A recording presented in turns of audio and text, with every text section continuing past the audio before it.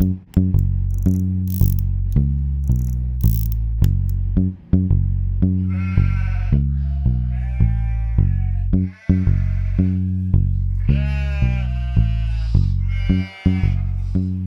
mes amis, hi guys, collection review for Tomas from Zurich, 50-year-old, wears a suit for work, and he's been interested in watches since he was in his 20s, but had other priorities in his 30s and 40s, and now is back into the game.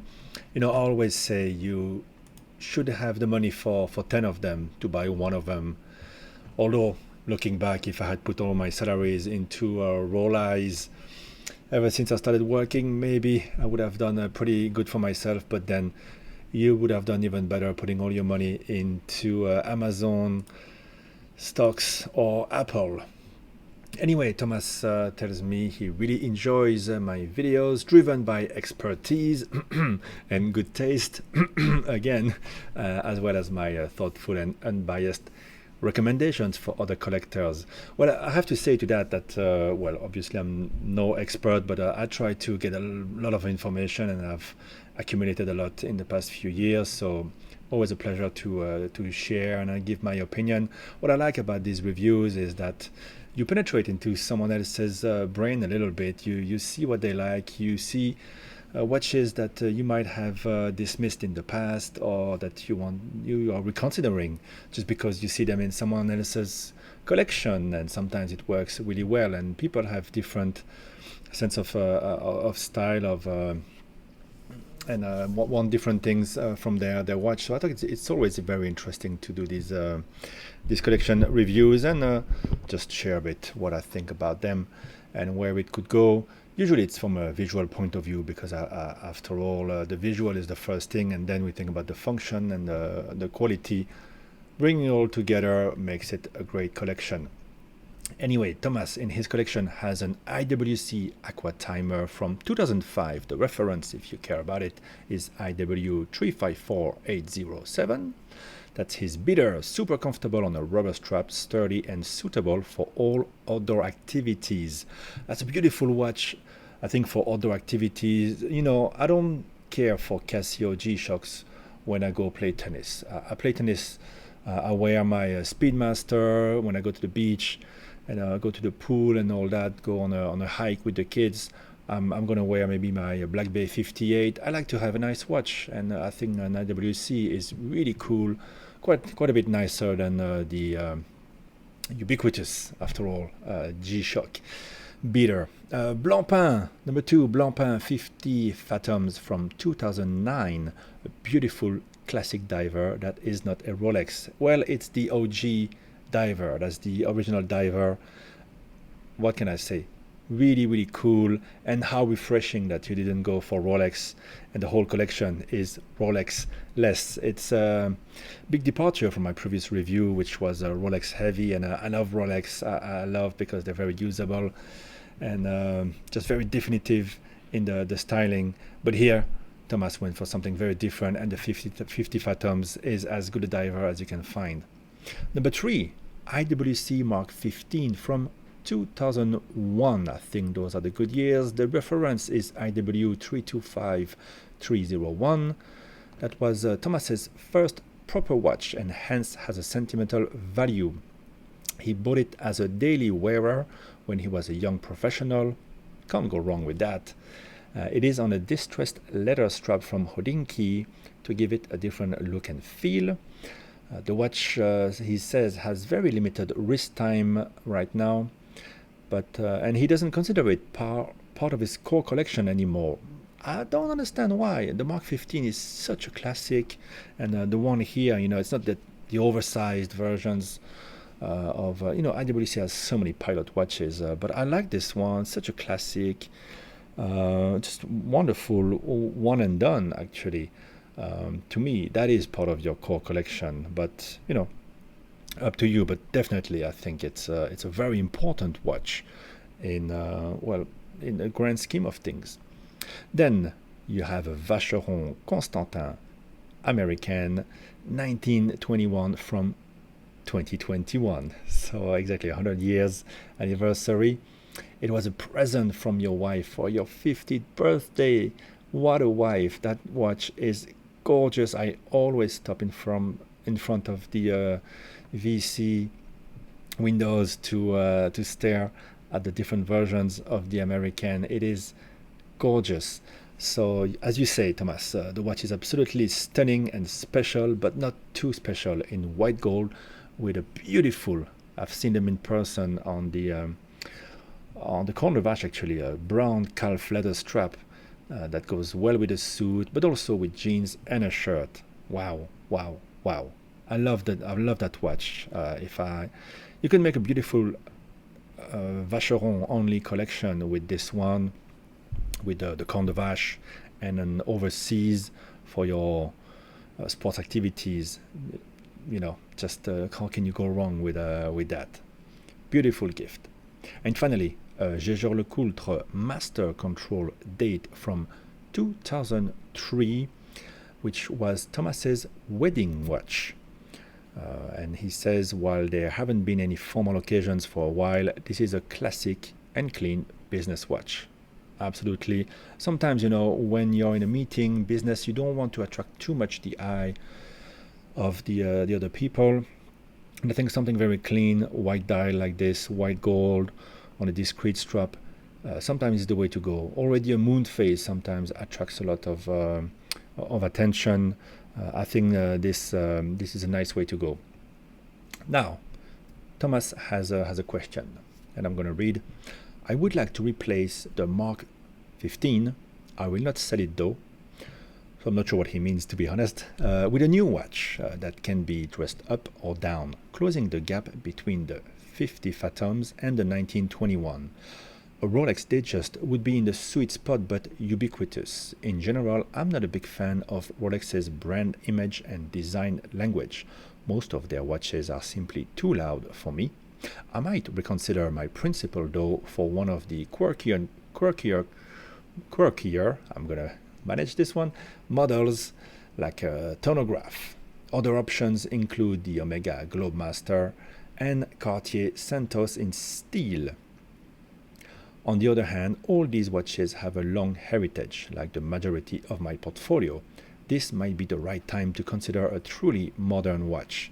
I really like the boldness and elegance, the thinness as well of the Bulgari Octo Finissimo, but it has to be monochromatic, model in titanium, ceramic or steel. The latest version of the stainless steel model with the silver dial seems to be the best combination, most versatile but not too shiny. What do you think? Should I stick to classic watches, potentially cross the line and adding a Rolex, or should I go for a potential future classic? Thomas, thank you so much first for sharing the collection, and thank you for asking this very interesting question. To me, the watch that would tick all the boxes would be the outgoing Explorer from Rolex in 39 millimeters. The prices have risen since it's been discontinued, but it's still reasonable. Why do I suggest that one? It's because it is a very toned down Rolex. It's a connoisseur's Rolex.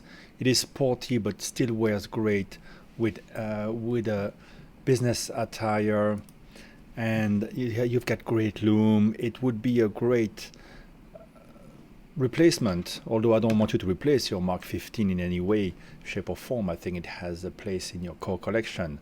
But as for replacing it, I think the Rolex Explorer would be looking great. Funnily, the 12 o'clock triangle points down on the Rolex, points up on the IWC. Yin and a Yang, I think it's the one, for the connoisseurs, toned down, wears great at 39 millimeters. Prices, went up after the discontinuation, probably a bit lower down now. Maybe it's still time to pick one up. Next, the Datejust.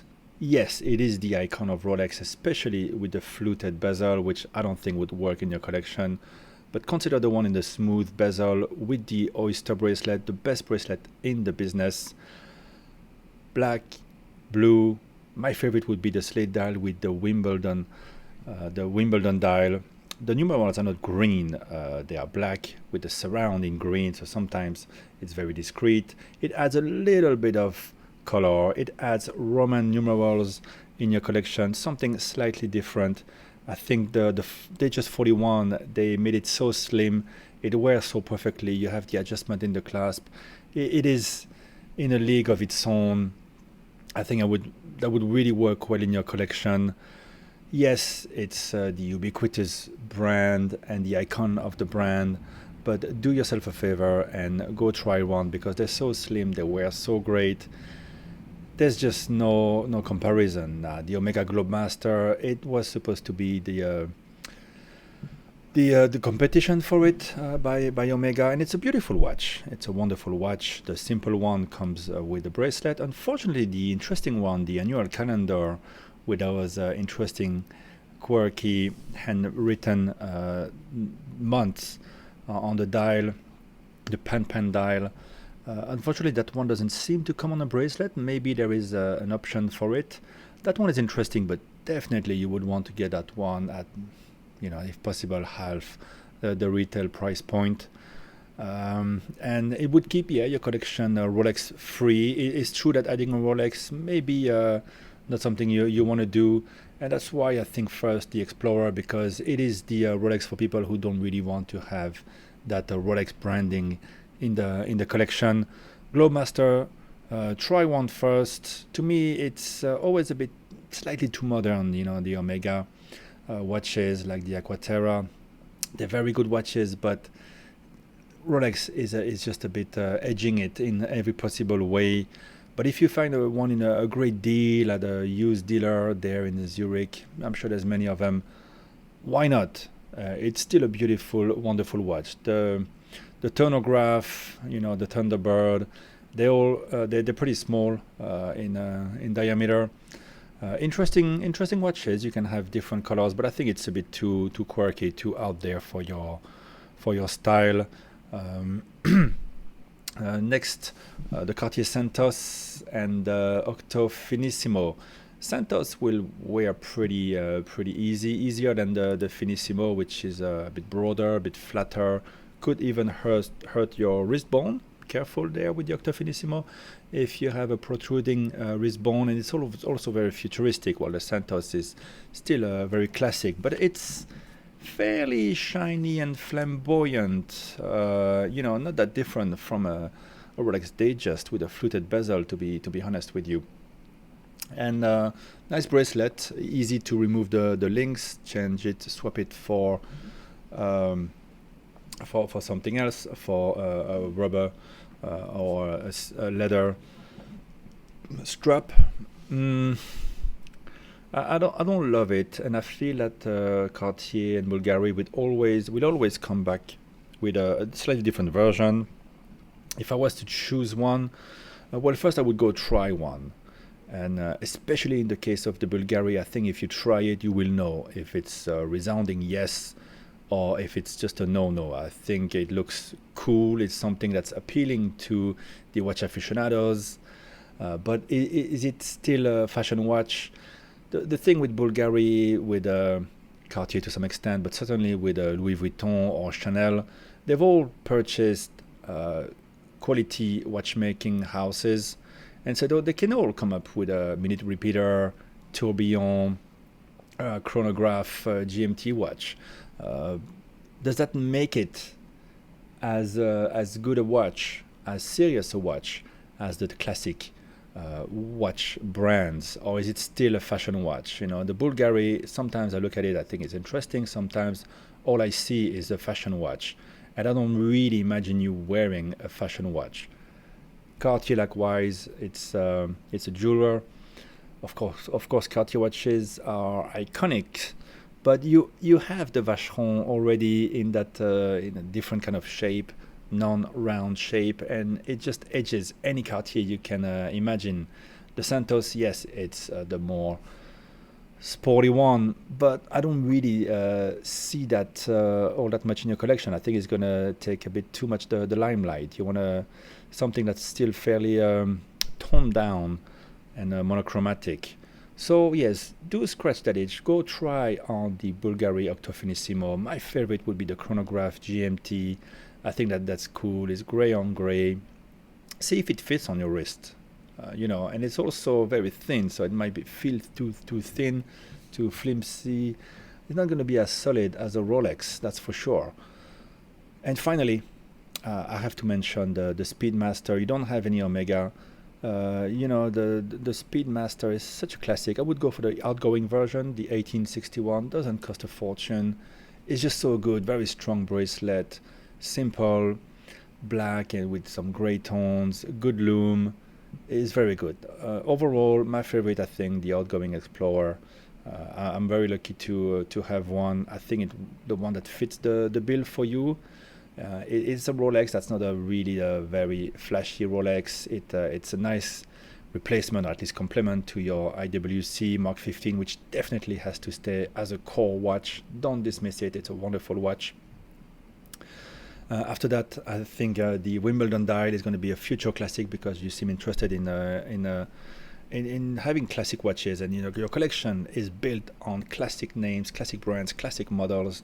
The Octofinissimo will always be that quirky thing, like the Genta brand itself. The Gerald Genta brand, which is getting a bit of a resurgence right now, or the Roth brand as well. I was going to say the Arlen Roth, but that's a guitar player. I forgot the name. But those slightly quirky watches, unusual shapes. I think you have enough unusual shape there with your Vacheron, and the Bulgari is nothing compared to the Vacheron. And you have the high horology movement. You don't need to. It's a nice movement in the Bulgari, but when it comes to being a bit of a sport watch, I would rather have the Explorer or the Datejust. And if you get a great price on the Globemaster, why not keep your collection Rolex-free? It's a statement in itself. But I find the classic Globemaster a bit boring there, although it has a nice Paipan dial. I prefer the annual calendar, but it doesn't come on the bracelet, and I really prefer a good bracelet. All right, guys, let me know if you have any advice for Tomas in the comments. Tomas, let us know in the comments as well where you're going. Do go try all these watches. I think sometimes you put it on and often that's the case for me. Don't go too quirky. To me, the classics, Explorer, Speedmasters, and the Rolex, they're just the way to go. Bye bye.